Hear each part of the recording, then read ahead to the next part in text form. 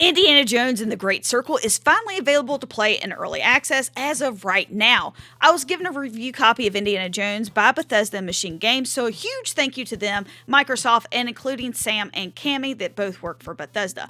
After spending about 20 hours in Dr. Jones's shoes, let's go ahead and dive into what I thought about the game, including the first-person playstyle. Let me start off by saying Bethesda has not censored any of my review. These opinions are my own, and I haven't been influenced by the fact that I received a review copy. I also am not being paid by them or receiving any other type of compensation to do this review. The only thing that Bethesda asked us not to discuss were big spoilers for the actual story plot, which is fair in my honest opinion.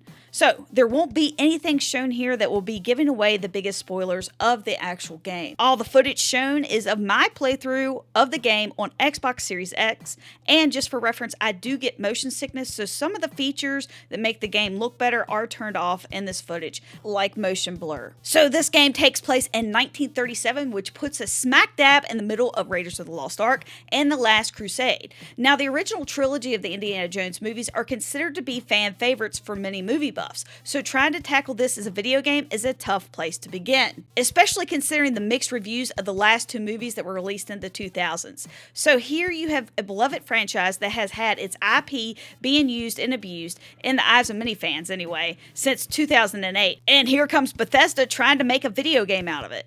Fortunately, Bethesda was able to steer clear of all the shenanigans surrounding the recent movies. However, they potentially shot themselves in the foot just because of how and where this video game fits into the original trilogy's timeline. So let's dive in. First up, like I said, this story occurs in the middle of the OG trilogy's timeline, and not only that, but in a bold move, Machine Games decide to make this game feel like it's part of the original story and make it feel like a lost Indiana Jones movie. The game picks up shortly after the events of the first movie. The game is a single-player first-person game. Loads of fans were very disappointed by the decision to make this a first-person game at all because you don't get to see Indy's iconic profile. After playing over 20 hours in the game and being a huge Indy fan, only the OG ones though, I can confidently say that the first person was not a mistake. Let me get into why. In fact, this game will play exactly how Machine Games set it out to play.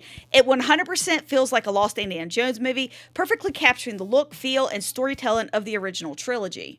Bethesda and Machine Games worked closely with Lucasfilm to capture the look and feel of the original movies, and they nailed it. This even includes Indy's great one-liners. The first-person view definitely makes it immersive, but there are a ton of cutscenes that remind you of who you're playing as. Then there's the third-person perspective that is used when you're climbing or swinging on your whip, so there's no shortage of actually seeing Indy.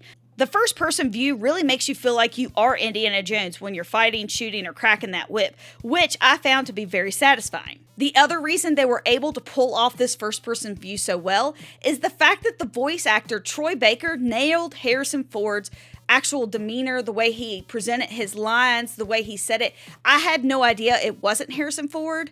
I had to look it up. Like, Troy Baker completely knocked this one out of the park. The other thing that really made this immersive was the score. It was very impressive as well. Furthermore, the graphics are great, and I only encountered a few bugs, so the gameplay mechanics really filled the need for an entrancing experience for this indie fan. This was only further enhanced and helped by the first-person gameplay elements. Indiana Jones and the Great Circle definitely filled the void and helped get rid of the bad taste of the last few stinkers that were released in theaters.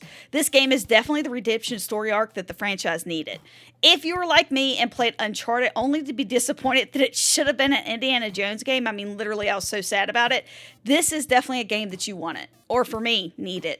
This game has cinematic cutscenes, hand-to-hand combat, stealth elements, gunplay, puzzle solving, which I will be covering later, so if you don't like puzzles, don't let that, be a deterrent right now. You also have climbing and whip cracking, great fun. These stealth elements really plays a huge part in the game, from the use of disguises to distracting enemies, stealth takedowns, hiding bodies, and there is even an alert system, kind of like Metal Gear Solid. These alerts can be your downfall, along with gunfire, as it draws attention to your location and the fact that there is something amiss in that area.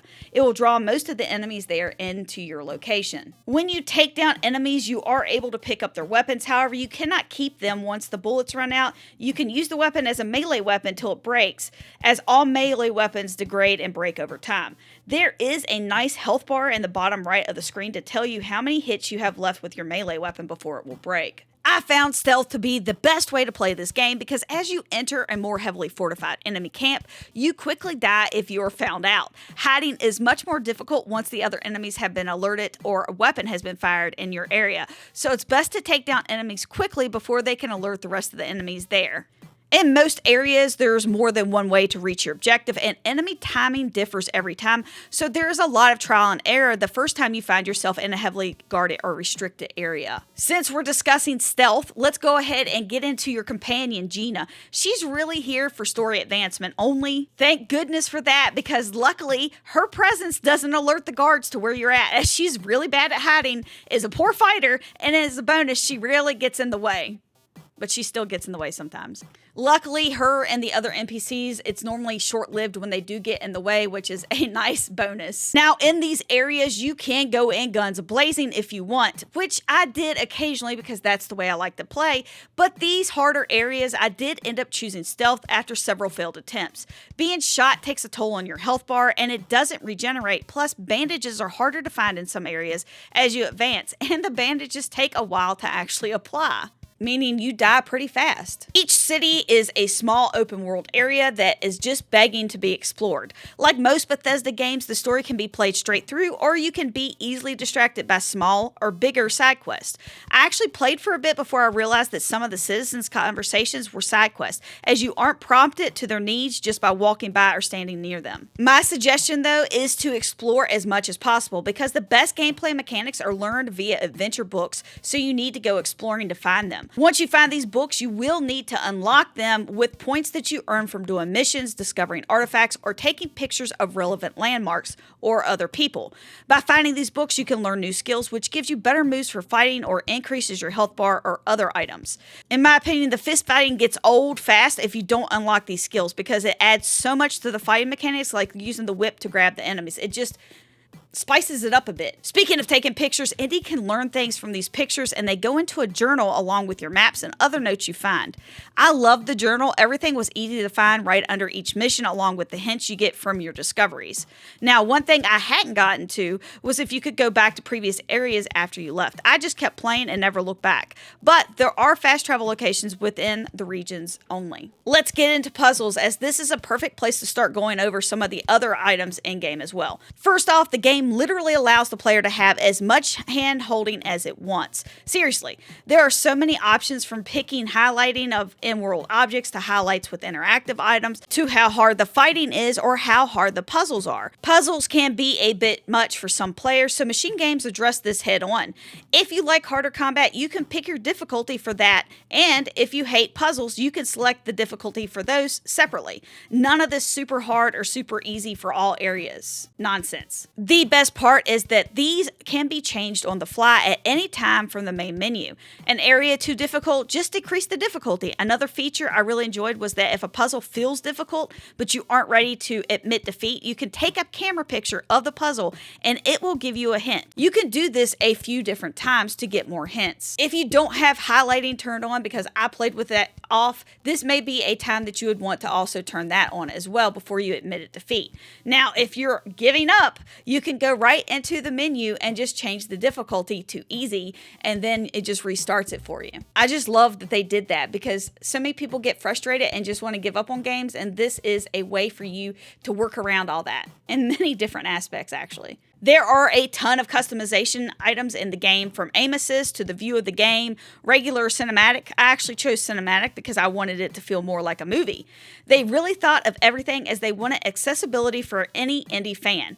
That's a tongue twister. Any Indiana Jones fan. So, thank you, Machine Games, for that. Without some of these features, I wouldn't have been able to make it more than an hour into the game, because I get motion sick. So, thank you so much for that. Now, to be honest, the game starts off kind of slow, a little too slow in my opinion, but you soon realize it is the intro to the game mechanics, so make sure you push past this, because you're just learning how to play the game. Now, there are story elements that are included in the tutorial area, so it's not all bad. Some of the cutscenes felt a little long for me. I am that gamer that wants to play, so I get easily frustrated with long cutscenes or long dialogue options, and I also get easily distracted. However, the further I got in the game, the better the game got. The game's very rewarding in this way, which definitely makes you want to continue to find out the story and how your character will progress as far as the playstyle goes. The in-game enemies, I think, are tough but fair. I played on regular difficulty. The puzzles aren't all insanely difficult, and they don't feel like they're getting harder and harder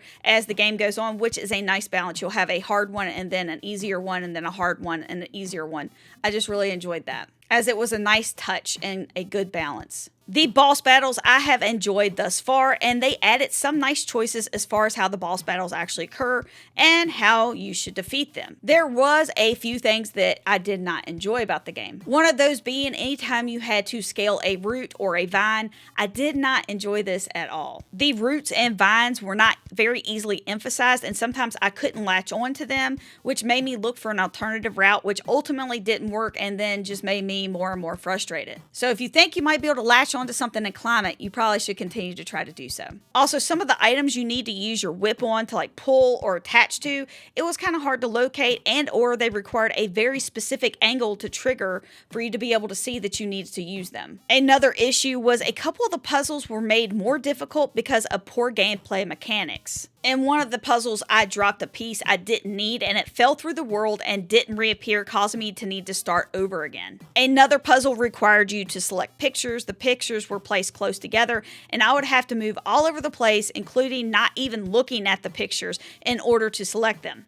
It very much felt like one of those times where you had to hold your mouth just right. Worst part is if you got one of the pictures out of sync, which happened all the time because I couldn't get it selected, and when I did, it would switch back to the other one. I had to start all over again. Other than these few mild gripes, I found the game to be very enjoyable, and I cannot wait to finish it to wrap up the story. Indiana Jones and the Great Circle 100% plays like an Indiana Jones movie. The cutscenes are frequent and can be long, so if you love the movies of Indiana Jones and or video games that have longer cinematic storytelling cutscenes, this game is a must-have for you. Indiana Jones and the Great Circle is free on Game Pass Ultimate starting December the 9th. If you have Game Pass Ultimates, right now you can buy into early access on Xbox and PC. PlayStation is tentatively going to be getting the game sometime in 2025. If you don't want the story to be spoiled, you may want to pick up the early access copy now, or you will need to avoid social media and other videos. If you picked it up or decided to play it, let me know in the comments below what you thought or if you have questions. Take care, guys, and I'll see you in the wasteland.